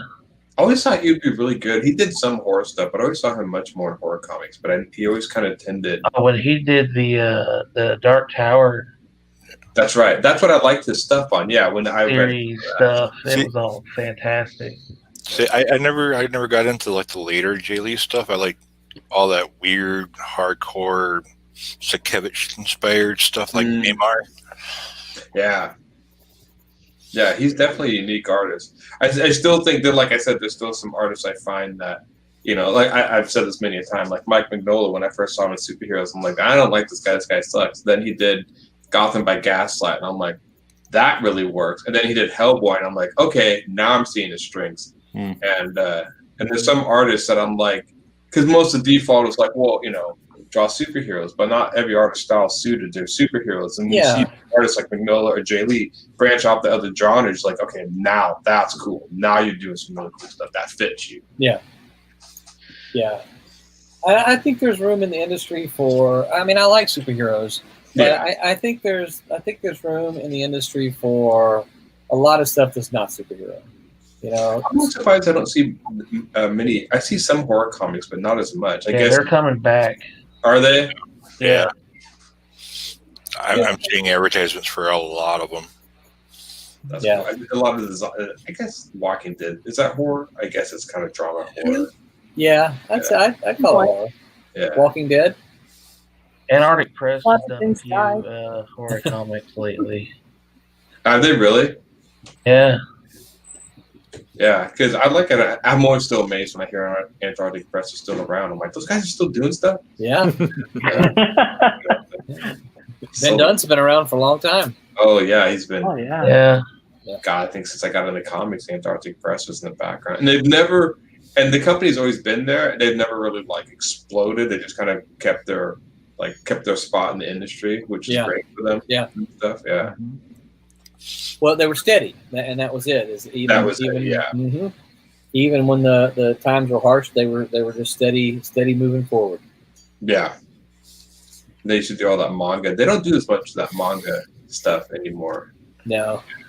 I think I saw. Aren't they running a crowdfunder right now for a bunch of Gold Digger? I think they are. I think they're reprinting some old stuff and stuff. Yeah. I think so. But yeah, I'm sorry. I'm just watching. This is the Tommy. I'm digging his big old fat lines that are sitting on his forearm.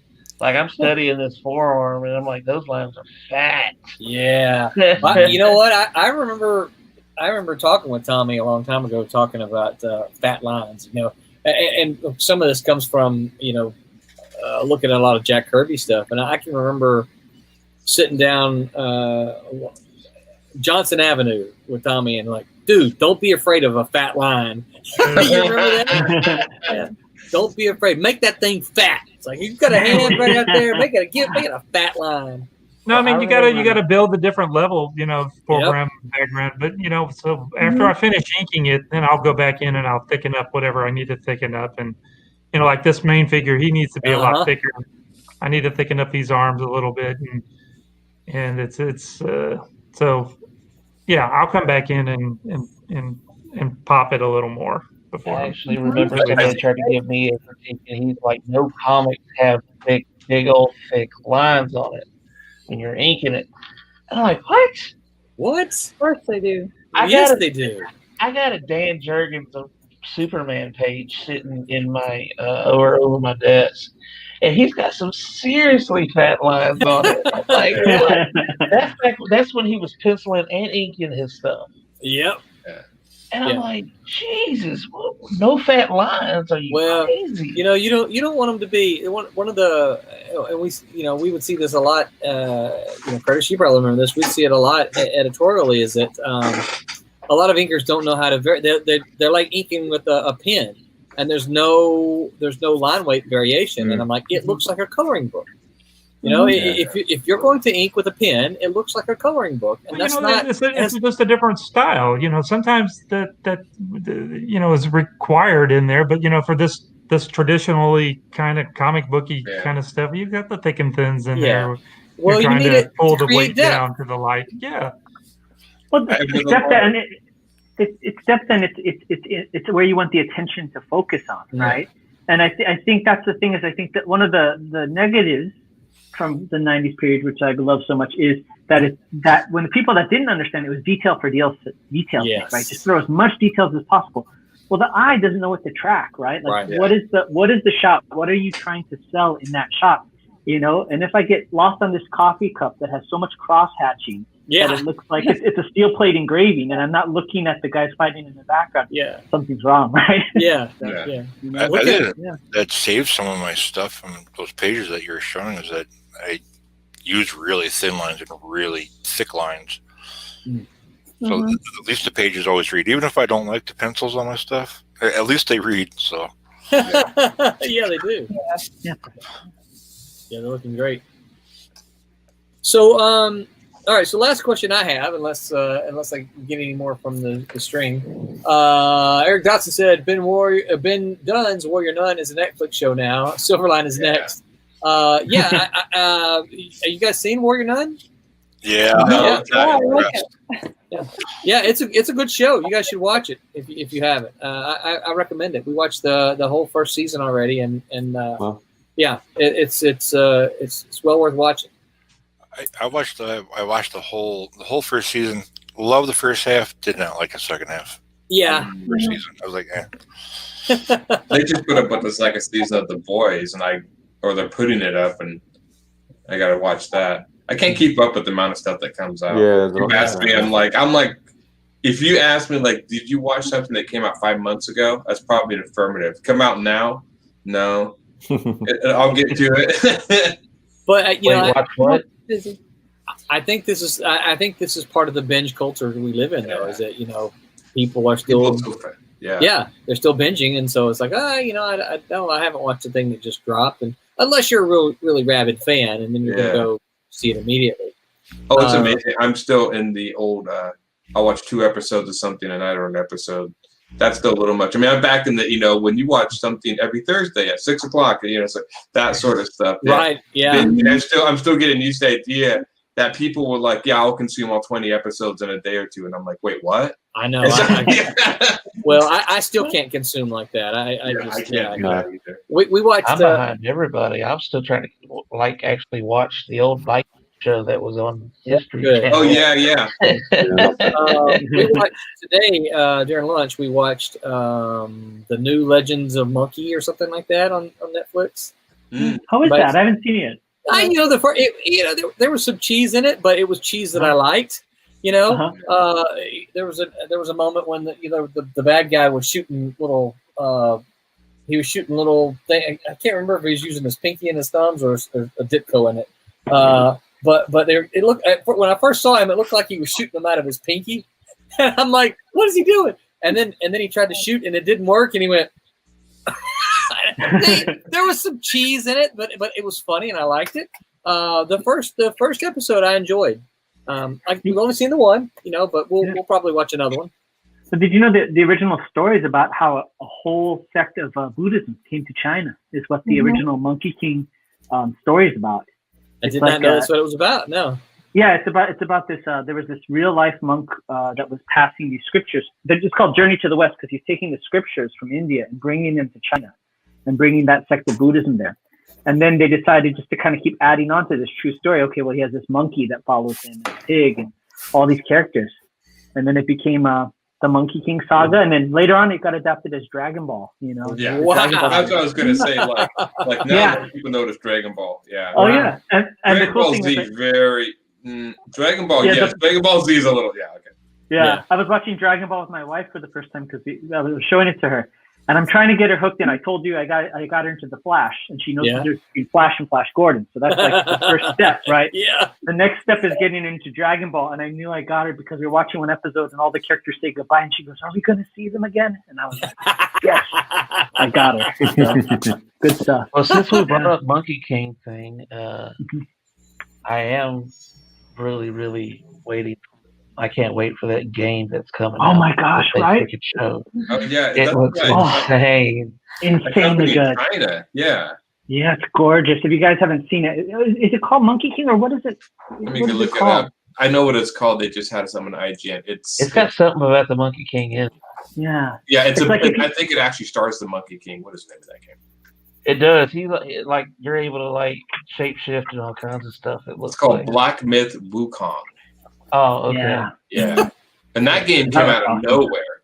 I mean, I was like, wait, what's this? Then and watch a trailer, and it's like, surprise, look what we've been doing. And I'm like, wow, that looks amazing. Yeah, it's like a no-name video game company, too, isn't it? Yeah, I don't, somebody from China, but I don't know if it's like a bunch of students or a bunch of pros that got together. I don't know. Yeah, I've never heard of the company, but that game looked like it was giving some high AAA studios a run for their money. And I'm like, okay, yeah. So, but that was because I didn't even know what it was. Yeah, gorgeous. Yeah, because Cece said the game looks amazing too. So, all right. So I got one last question here about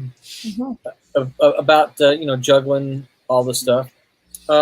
Just ask you your biggest distractions. What's the biggest challenge for to juggle making comics, keeping your day job happy, and keeping your family happy, and all that kind of stuff? Biggest challenge? Time management.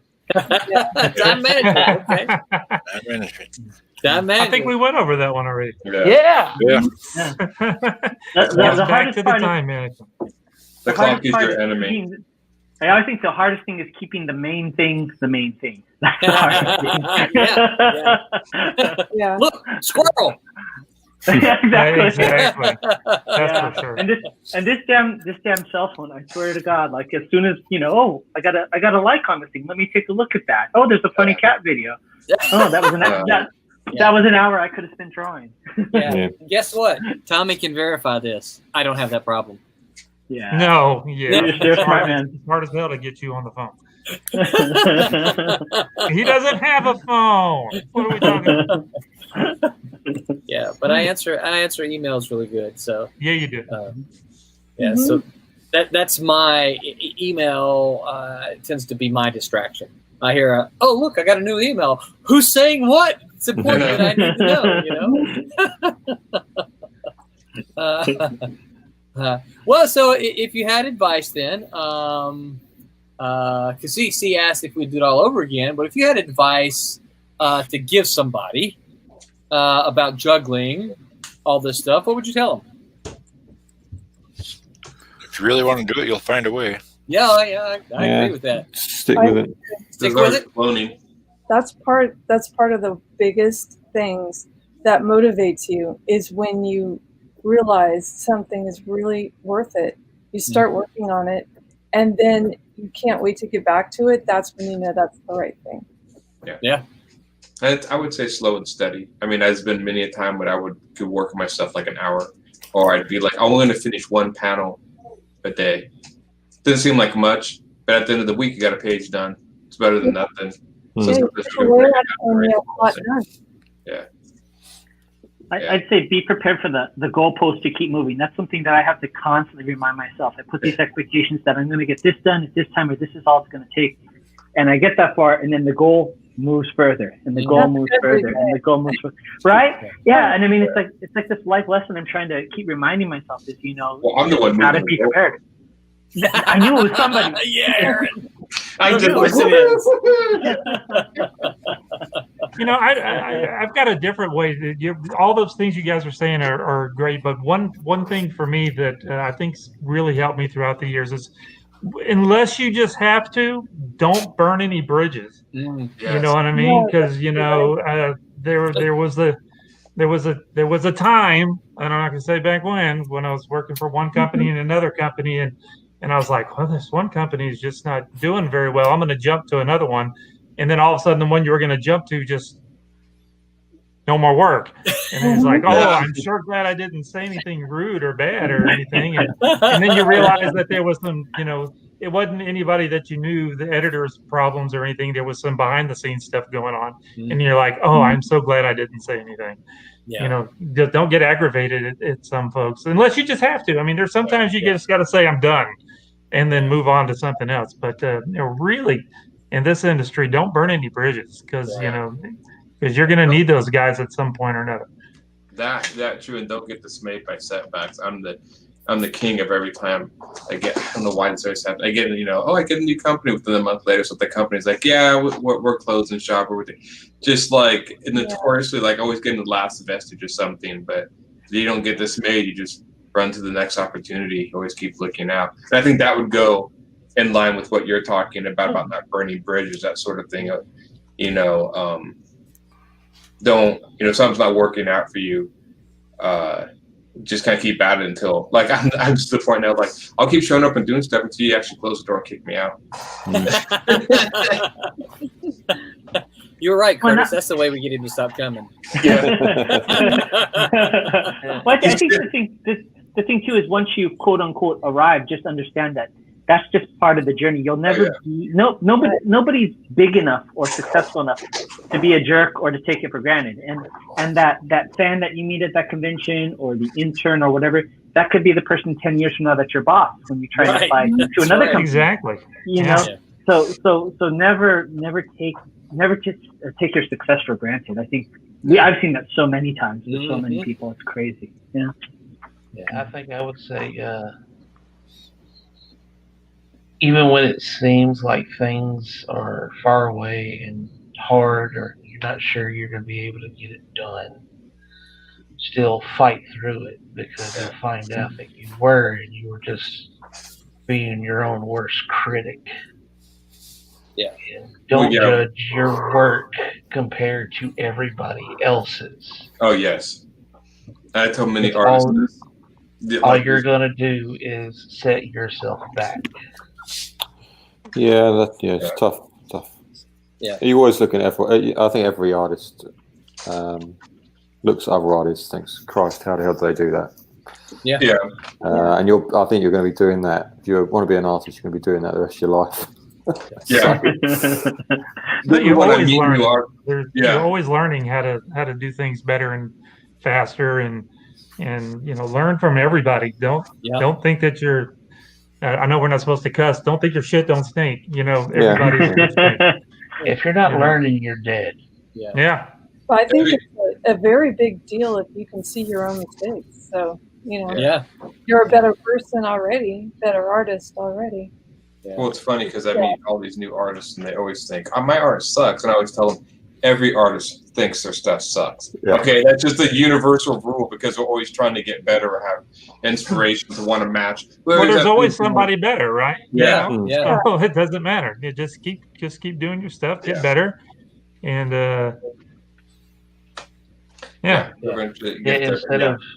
Instead of looking at somebody else's artwork and being like, man, I'm never going to get there. That's so good. I can't get there. Look at it and go, okay, so this is what I need to learn how to do. Yeah. Right. Mm-hmm. Go ahead, Curtis. Well, just imagine, if you were, quote unquote, the best, right? What a horrible life would that be? Nobody would inspire you anymore. There would be nothing to look forward to, and I think that's when you see people jaded when they actually believe they're the best or they're something special.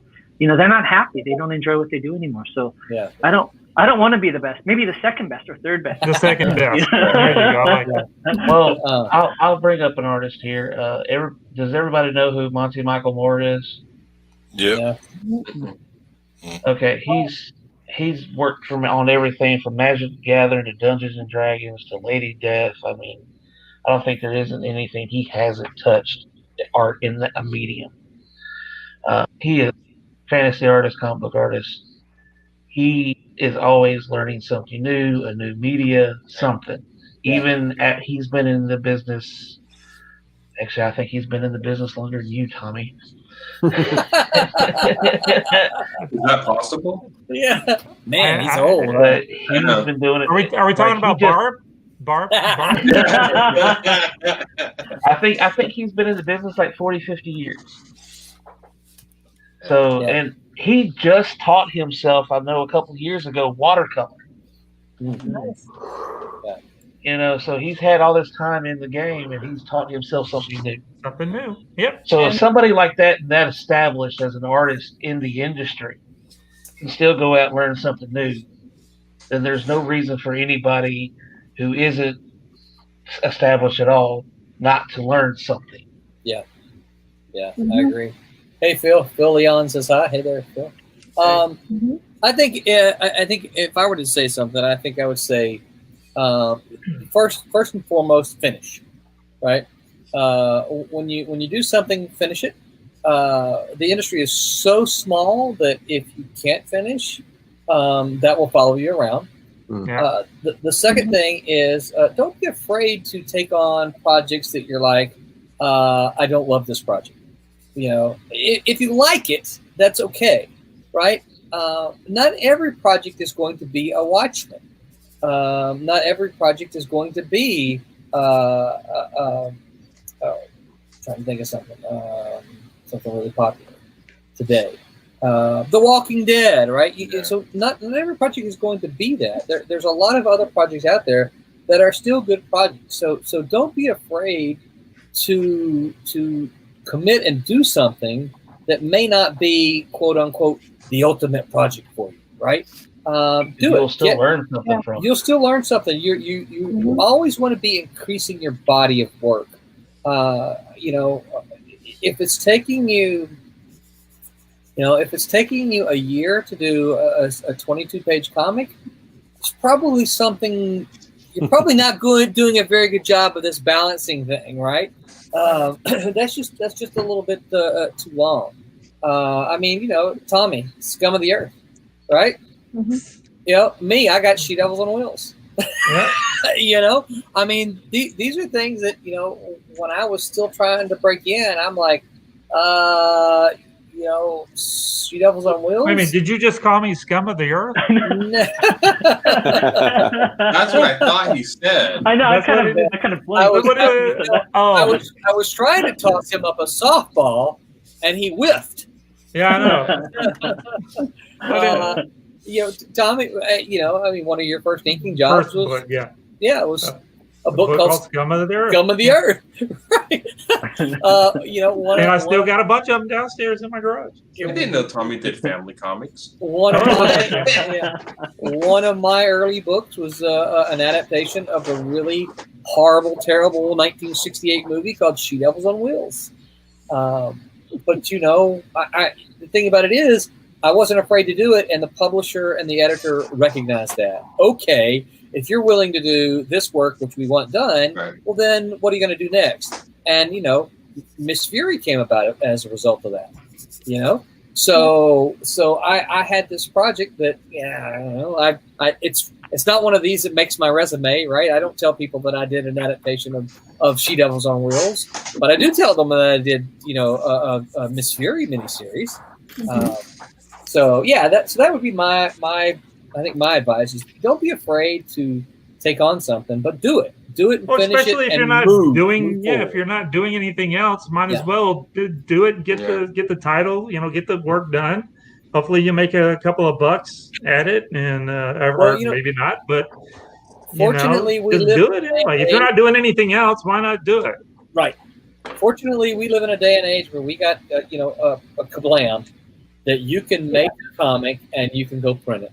It's a lot different than you know 20 years ago, where you had a minimum print run of 3,000 books. And they're sitting in your garage. Like I still got some down there now. Yep. When we moved from Oxford to here, I threw 3 of those great big living room boxes full of old black and white comics away. Yeah. Yeah. I think a friend of mine named Lynn Workman he did a comic called Bushido Tales, and he had tons of them. A couple of years ago for Free Comic Book Day, he just dropped off stacks at the local shops around here. Like, here, give these away. I'm tired of looking at them. That Scum of the Earth book that Roland was talking about, that Malibu ended up, it was Aerosol, part of Malibu. They ended up cleaning their warehouse out, and they sent me, I don't know why they printed so many, but they printed me they sent me like a couple of thousand of them at the end, because they weren't selling, and I would just take them to shows, and then, you know, I'd bring a stack of 50 to a show, and then when I left, I just leave them. Because, you know, I had another 1,000. We'll put them out on the freebie table, right? That's right. Desk at the hotel. Here you go. So many of them. You know, I had so many of those books, but slip them in the bags, the convention bags, right? Yeah, here, you get a free As I'm book. walking by, just go. Take a book. I don't want your book. Take it. I don't want it anymore. Cece says, I'm grateful that I can print a comic easily. Thanks, Kablam. Yeah. Well, you're more than welcome. Yeah. Kablam, kablam. That's right. Yeah. So, all right. Well, anything else, guys? I got 11:10. We started a little bit late, but we're approaching 2 hours here. You guys have anything else to say about juggling home and work and? Just keep it fun. Keep it fun. You got to make Peter, it fun. what'd you say? Good luck? Good luck. Yeah. Good luck. Good luck. I'm just a pencil. Yeah, keep it fun. I agree. I think that's especially when you're just breaking in and everything. You got to try to keep it fun. Yeah. Remember when you draw the pentagram, it goes from here. Make sure you don't flip it the other way, because it's not a pentagram at that time. It becomes Star of David then, doesn't it, or something like that? Yeah. And if they don't support you, you don't need that negativity in your life. Yeah. Definitely. Well, and I'll also say, you know, surround yourself with other people who surround yourself with like-minded people. You know, hang out with your people. You know, comic people. Cassisi said, "Thanks, guys. Have a good night." Thank you, Cassisi. We appreciate you. We appreciate all your questions. He shows up on the Wednesday Wednesday con where we're all together. I think my last bit of advice is what I've had so many bumps in the road with this, staying indoors all the time, and how to balance your ever increasing home life. And one of the things I've noticed is that you can decide to work when you want to work now, so you can match it to your creative side. When you're at your peak, you can make that be the time you work. Yeah. And that's really great, because I've had to get up way earlier than I've ever been able to be functional. You can set your own schedule. Yeah, Yeah, I work and at night. That's so much better, because I've had that production job where you're going to fight your own instincts of working when you don't want to, and you could do like 10 times the productivity when you're in the right spot in your day, in your mind. Especially when I would go do my job and you had to work 8-hour days. And sometimes at the end of the week, I'm like, I'm done being creative for drawing. I'm all done with that now, because my brain, many times my boss would see me sitting there staring at the window. It's like, I pay you to work. I'm like, you're paying me to be creative, and that's not on demand, dude. I got to think of something. Staring at a computer screen is not helping me be creative. Yeah. So I need to walk around a little. I used to go for walks, tons of walks around Portland and stuff. Yeah. That's when I do my most. When story writing, that's when I do my most. I don't try to sit there. I think Roland likes to sit at the machine while he's. But no, I'd like to be out running around and walking, and then all of a sudden, just pop. And try to remember it, and then go sit down. Yeah. I like to be on my back porch where I can watch, listen to the birds and watch the squirrels, and no phones, no computers out there. I usually have my notepad out there with me. So is that when you're being just an editor or just a writer? That's what I'm writing. Yeah, I can't be an editor out there. That's why I need my editors, when I need all my football gear on and my boxing gloves. And see, Michael said, "See you Wednesday, Tommy. Maybe if we don't blow away." Yeah, they got another hurricane coming their way. We sure do. Yeah. All right, so guys, pulled it up here. So this coming Wednesday, don't forget we got Wednesday Wham. These guys are going to be talking about the best and worst comic or graphic novel movie adaptations. Oh, that's a good one. And that's a good topic. This sounds like it's going to be a dumpster fire. Yeah. We will also be talking about that next Sunday. And don't forget, we have a Kickstarter launching. I'm going to put it up. Put up the address here. If you can, go and follow that right now. But it's kickstarter.com/project/Roland Mann /Trumps-and-cat and mouse.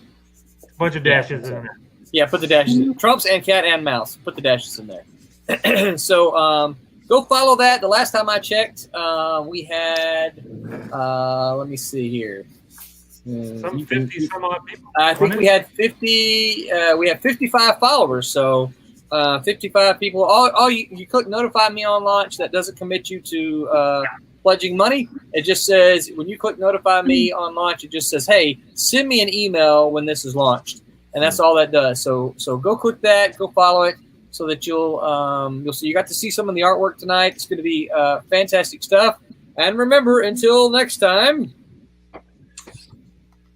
make mine Silverline. Silverline.